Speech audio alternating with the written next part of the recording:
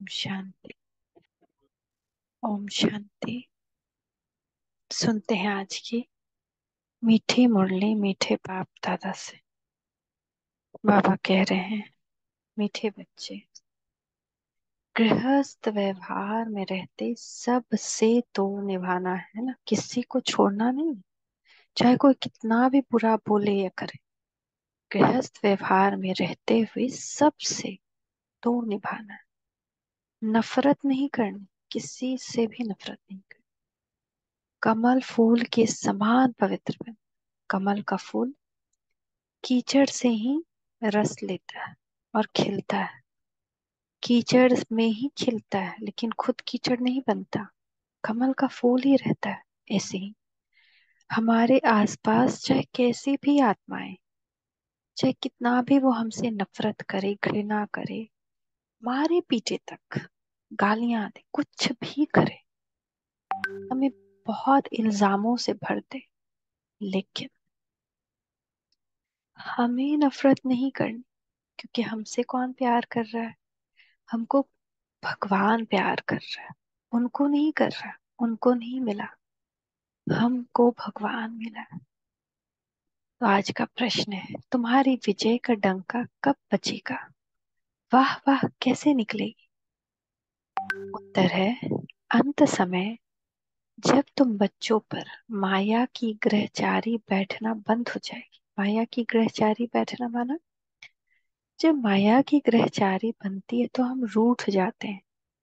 किसी किसी से, ब्राह्मण से या अपने परिवार से रूठ जाते हैं। और जब उनसे रूठते हैं तो बाबा से भी रूठ जाते हैं। फिर न मुरली सुनने आते हैं, न योग करने आते हैं, है ना। परिवार में कोई परिस्थिति आए तो हम पूरी तरह से बाबा से रूठ जाते हैं। फिर हम उनके विचार भी सुनना बंद करते हैं, है ना। लगता है कि ये सब फालतू है, इससे कुछ नहीं होता। ऐसा हमारे अंदर दुख का लहर फैल जाता है। तो एक ग्रहचारी बैठता है हमारे जो पाप विकर्म है वही हम पर ग्रहचारी बिठाते हैं, पिछले जन्म से अब तक। जब वो ग्रह खत्म हो जाए, यानी हमारा जितना विकर्म है वो विनाश हो जाएगा, सदा लाइन क्लियर रहेगी, तब वाह वाह निकलेगी, विजय का डंगा बजेगा। अभी तो बच्चों पर ग्रहचारी बैठ जाती है, विघ्न पड़ते रहते हैं ना। परिवार में उथल पुथल, या परिस्थिति में या शरीर में उथल पुथल मचते रहता है, लेकिन एक साथ टाइम आएगा जब ये सब शांत हो जाएगा और सबकी शब्द शक्तियां ज्वाला स्वरूप दिखाई देंगी। ये सब शरीर के विकार, रोग, परिवार, आत्माएं सब शांत। वो मतलब ऐसे शांत नहीं, मतलब हमारी स्थिति ऐसी बन जाएगी कि हम इन सब से बहुत ऊपर उठ जाएंगे। क्योंकि अगर हम नहीं उठते हैं तो हमको भी माया घसीट लेगी, इसी कलयुग में घसीट लेगी। जैसे कि मान लेते हैं कोई आग बनकर घूम रहा है, कहीं क्रोध का आग बनकर घूम रहा है, कोई काम का आग बनकर घूम रहा है ना? कोई अहंकार की आग लिए घूम रहा है, कोई लोभ का आग लिए घूम रहा है, कोई मोह की आग में घूम रहा है। हम्म? और हम भी अपने अंदर कहीं छोटा ना अंश वंश जमा है, तो वो क्या है? ज्वलनशील पदार्थ। हम भले ऊपर से हमने बहुत सारे गुण शक्तियों का लेपा लगा दिया, लेकिन अंदर में थोड़ा सा अंश वंश बचा हुआ है, किसी भी विकार का। तो जैसे ही वो उस क्रोध की अग्नि लिए घूम रहे उन आत्माओं के संपर्क में आएंगे, तो क्या होगा? जैसे कि लाभ कहीं पे बहुत सारा ज्वाला का थोड़ा थोड़ा तेल गिरा हुआ है ना, थोड़ा ही एक बूंद ही है, या कोई एक छोटा सा गैस ही लीक होता है, तो कहीं बहुत बड़ा आग लगा है तो उसको भी पकड़ लेता है। ऐसे ही हम भी उस अग्नि में के चपेट में आ जाएंगे।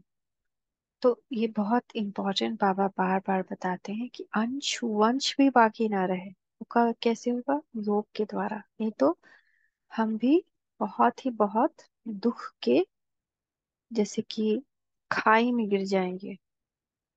तो आज का गीत है, धीरज धर मनवा, सुख के दिन आया। सुख के दिन तो आने वाले हैं, लेकिन किन के लिए आने वाले हैं? बाबा के बच्चों के लिए, जो योग धारणा सेवा और ज्ञान में परिपक्व बन रहे हैं। ओम शांति। बच्चे नंबरवार पुरुषार्थ अनुसार जानते हैं कि अभी पुराना नाटक पूरा हुआ। नाटक है, ड्रामा है, पूरा हुआ। दुख के दिन बाकी कुछ घड़ियां हैं। क्लाइमेक्सिंग चल रहा है अब ड्रामा का। अभी इससे भी थोड़ा और हाई क्लाइमेक्स आएगा। जैसे दिया बुझने के पहले बहुत जलता है ना, ऐसे माया जाने के पहले बहुत आग लगाएगी। उसके बाद फिर सुख ही सुख होगा। जब सुख का पता पड़ता है तो समझा जाता है ये दुख धाम है। पास्ट डिफरेंस है ना। अभी सुख के लिए तुम पुरुषार्थ कर रहे हो, समझते हो यह दुख का पुराना नाटक पूरा हुआ। सुख के लिए अब बाप दादा की श्रीमत पर चल रहे हैं। कोई को भी समझाना बहुत सहज है। अभी बाबा के पास जाना है, बाबा लेने आया है। गृहस्थ व्यवहार में रहते कमल फूल समान पवित्र रहना है। तोड़ जरूर निभाना है, छोड़ के किसी को नहीं जाना है। नहीं तो सन्यासी नहीं हो जाए।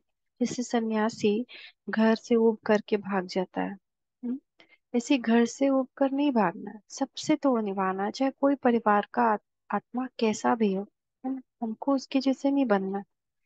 तो बाबा यही सिखा रहे हैं अपने सभी बच्चों को आज कि तोड़ नहीं निभाते हो तो जैसे सन्यासी की मिसाल हो जाते हो, है ना। जैसे वो अपनी स्त्री बच्चों को छोड़कर चले जाते हैं, वह तोड़ नहीं निभाते तो उनको निवृत्ति मार्ग हठ योग कहा जाता है। हठ योग, तो हठ करके चले जाते हैं कि हमको नहीं रहना है ऐसा दुख की दुनिया में, हम जा रहे हैं। तो ऐसा नहीं, सन्यासियों द्वारा जो सिखलाया जाता है वह है हठ योग। लेकिन हम लोग आजकल क्या सिखाते हैं सबको कि जाओ छोड़कर चले जाओ, ठीक है तुम्हारा नहीं बनता है हट जाओ। पर ऐसा नहीं बाबा सिखाते। वो हटना हठ योग है। बट बाबा राज योग सिखाते हैं। अपनी कर्मेंद्रियों पर जीत पाकर सभी आत्माओं पर जीत पाना। लड़ाई से नहीं, बोली से नहीं, योग पावर से, ज्ञान से, जो भगवान सिखलाते हैं। तो हमको से सबको वही सिखलाना है जो भगवान सिखलाते हैं। कहीं से हटना नहीं है, बिल्कुल भी नहीं हटना है। ऐसे तो वो आत्मा बदलेगी नहीं, उसके अंदर में तो वही नफरत की भावना रहेगी। पर हमको तो उस आत्मा का कल्याण करना है, तो उसके सामने रहे, फिर भी उससे अच्छा व्यवहार कर, उसको बदलना है। हम सोचते हैं हमको क्या मतलब है, पर नहीं। वही आत्मा हमारे पिछले जन्म में हमारा भाई, हमारा बाप, हमारा बेटा, हमारी पत्नी कुछ न कुछ संबंध में जरूर रहा है। तभी आज वो किसी न किसी तरह से हमको मिले दुख का हिसाब किताब, मतलब उसको मिले दुख का हिसाब किताब ले रहा है। तो इस गुह्य रहस्य को जान करके तोड़ निभाना है। भारत का धर्मशास्त्र है ही गीता, है ना। भारत का धर्मशास्त्र गीता है। दूसरों का धर्मशास्त्र क्या गाया गया है, उनसे अपना कोई ताल्लुक नहीं। तुम अभी गृहस्थ व्यवहार में रहते एक बार संन्यास करते हो, फिर 21 जन्म उसकी प्रारब्ध पाते हो। उनका है हद का संन्यास और हठ योग। वो हठ योग करते हैं, हट जाते हैं, संन्यास ले लेते हैं। तुम्हारा है बेहद का संन्यास, मतलब हम शरीर से नहीं हटते, हम मन से वहां से हट जाते हैं। मन हमारा भगवान में, मन हमारा अच्छी चीजों में। और राजयोग, वह तो गृहस्थ व्यवहार छोड़ देते हैं। राजयोग का तो बहुत गायन है। भगवान ने राजयोग सिखलाया तो भगवान जरूर ऊंचते ऊंच ही कहीं जाएंगे। श्री कृष्ण तो भगवान हो न सके, बेहद का बाप ही वह निराकार है।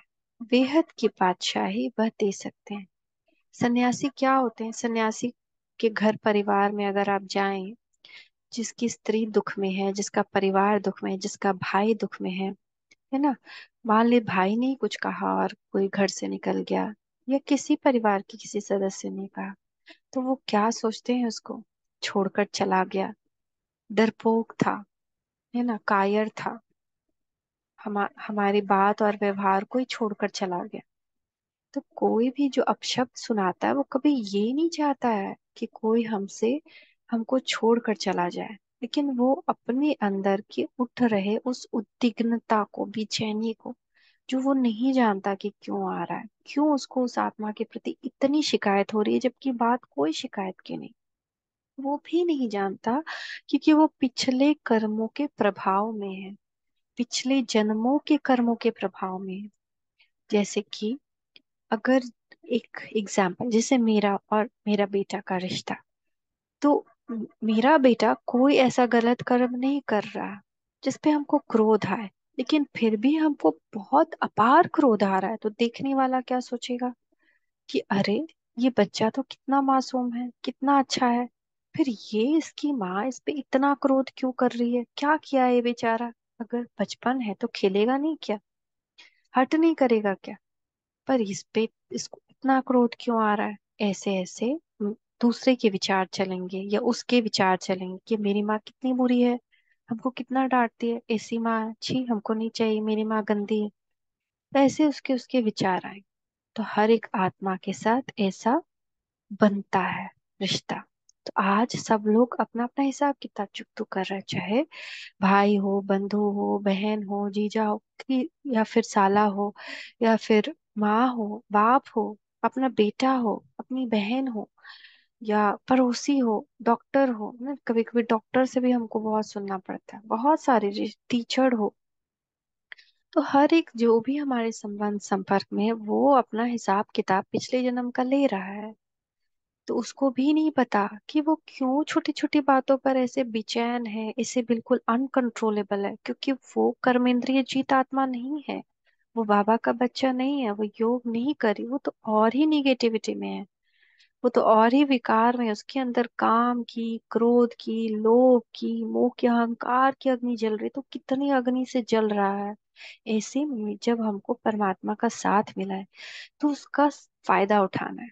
तुमको पूरी तरह से परमात्मा की शक्ति अपने अंदर धारण कर अपने को पहले बलशाली बनाना है, कि कोई भी हमारे आसपास की आत्मा हो, उसका प्रभाव हम पर ना बने पड़े। हम ऐसे परमात्मा प्यार में, अतीन्द्रिय सुख में झूमे कि हम पे किसी बात का प्रभाव ना पड़े। और फिर उस आत्मा को दुआ देनी है, ताकि उसका जब विकर्ण विनाश हो जाएगा, वो जो कुलबुलाती एनर्जी है उसके अंदर पिछले जन्म की, वो जब निकल जाएगी, तो वो आत्मा ही बिल्कुल शांत स्वरूप, सुख स्वरूप, प्रेम स्वरूप बन जाएगी। तो हमारा कर्म, हमारा धर्म उसको छोड़कर जाना नहीं है, कि हम छोड़कर चले गए, नहीं सुनना हमको, क्यों हम सुने। वो हमारा कर्म नहीं, हमारा कर्म हठ योग नहीं है कि हट जाएं। हमारा कर्म राजयोग है, वही रहते हुए राज करें, संन्यास करें बेहद का, बुराइयों का अपने मन के ऊपर से संन्यास करें, लेकिन उसका संन्यास नहीं करें, है ना। तो गृहस्थ व्यवहार को छोड़ना नहीं, हटना नहीं, हट योग है गृहस्थ से हट जाना, छोड़कर चले जाना किसी के बुरे व्यवहार को देख करके। लेकिन राजयोग है अपनी कर्मेंद्रियों पर जीत पाकर सर्व आत्माओं पे जीत, कर्मेंद्रियों पर भी जीत पाना, तभी तो वही आत्मा सत्युग में राजा बनती है, तभी वो प्रजा उसका बात मानती है। तो हद का संन्यास नहीं करना है कि कोई कुछ बोला और हम हट गए, हठ योग नहीं करना है, हट जाना है। सन्यासी की तरह हमको किसी का जैसे मान ली उसकी औरत क्या कहेगी, जो सन्यासी औरत की कड़वी बात को छोड़कर हट गया, कैसा कायर था जो हट गया, है ना। वो जब आता है वापस सन्यास से, तो उसका कोई इज्जत नहीं रहता, क्योंकि वो हट गया, कायर बन गया, किसी की कड़वी बातों को सुनकर भाग गया।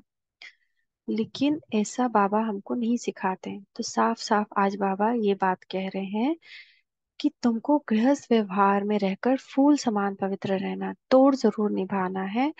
अगर तोड़ नहीं निभाते हो तो सन्यासी मिसल हो जाते हो। वो तोड़ नहीं निभाते, उनको हठ योग कहा जाता है, हटने वाला है, हट जाते हैं।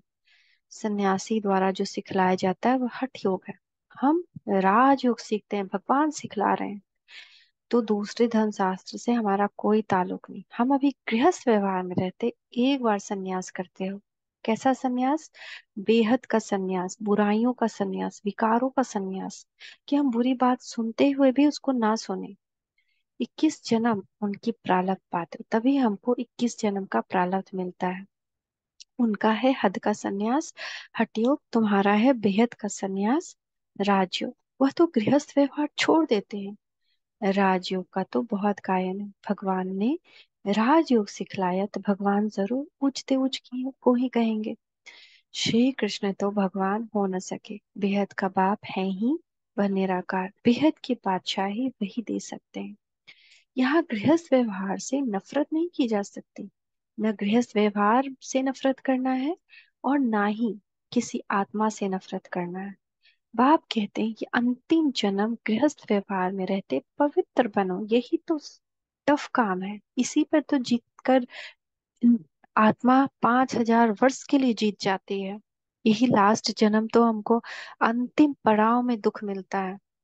तो जिसका हिसाब किताब है वो बच्चे मिसल तड़पेगी कि जैसे छोटा बच्चा है होता है ना, उसको कर्मेंद्रिय पर नहीं है लेकिन वो तड़पता है, कोई चीज उसको उकसा देता है।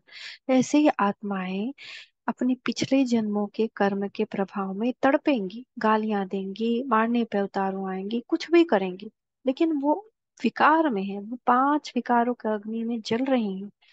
लेकिन जब वह गृहस्थ व्यवहार में है ही नहीं, अगर हम नहीं रहे तो देवताओं को भी नहीं मानेंगे। वह कभी राजयोग सिखला ना सके, जो सन्यासी छोड़ देते वो कभी राजयोग सिखला नहीं सकते और न देवता बन सकते। न बाप कभी हठ योग सिखलाते, बाप कभी नहीं कहते छोड़ दो हट जाओ, कभी नहीं। न सन्यासी कभी राजयोग सिखला सकते, ये समझने की बात है। अभी दिल्ली में वर्ल्ड कॉन्फ्रेंस होती है, उनको समझना है, लिखत में समझाना है, लिखत में सभी को देना है। वहां तो मतभेद हो जाता है, हर जगह मतभेद होता है। हम सोचते हैं हम इस तरह से सही हैं, दूसरे सोचते हैं हम इस तरह से सही हैं। मतभेद तो हर जगह है, पर हम क्यों मतभेद को अपने मन के भेद में भेद लें, अपने मन को ही भेद लें। लिखत में होगा तो सभी समझ जाएंगे इन्हों का उद्देश्य क्या है। अभी तो तुम समझते हो हम हैं ब्राह्मण कुल के, हम शूद्र कुल के मेंबर कैसे बन सकते हैं।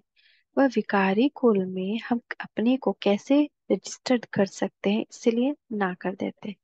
हम है आस्तिक, वह है नास्तिक, वह ईश्वर को न मानने वाले, हम है ईश्वर से योग रखने वाले, जो ईश्वर को जानता नहीं, जो बस इधर उधर मंदिरों में पूजा कर रहा है लेकिन ईश्वर के असली स्वरूप को नहीं जाना, स्वयं को नहीं जाना। बाबा उसको, भगवान उसको नास्तिक कहता है, क्योंकि वो भगवान को जानता ही नहीं। वो कभी इस देवता का पूजा कर रहा है, वो इस देवता, उसके लिए, भगवान के लिए वो आत्मा नास्तिक है। मतभेद हो जाता है, समझाया जाता है, बाप को नहीं जानते वह नास्तिक है। तो बाप ही आकर के सबको नास आस्तिक बनाएंगे। बाप का बनने से बाप का वर्षा मिल जाता है, ये बड़ी गुह्य बातें। पहले पहले तो बुद्धि में बिठाना है कि गीता का भगवान कृष्ण नहीं है, परम पिता परमात्मा है। उसने ही आदि सनातन देवी देवता धर्म स्थापन किया। भारत का देवी देवता धर्म ही मुख्य है। भारत खंड का कोई तो धर्म चाहिए ना, अपने धर्म को भूल गए हैं। यह तुम जानते हो कि ड्रामानुसार भारतवासियों को अपना धर्म भूल जाना है, तब तो बाप आकर स्थापन करे, नहीं तो बाप कैसे आए। कहते हैं जब जब देवी देवता धर्म प्राय लोप हो जाता है तब मैं आता हूँ। जड़ अभी गायब हो गया है, देवी देवता धर्म गायब हो गया था।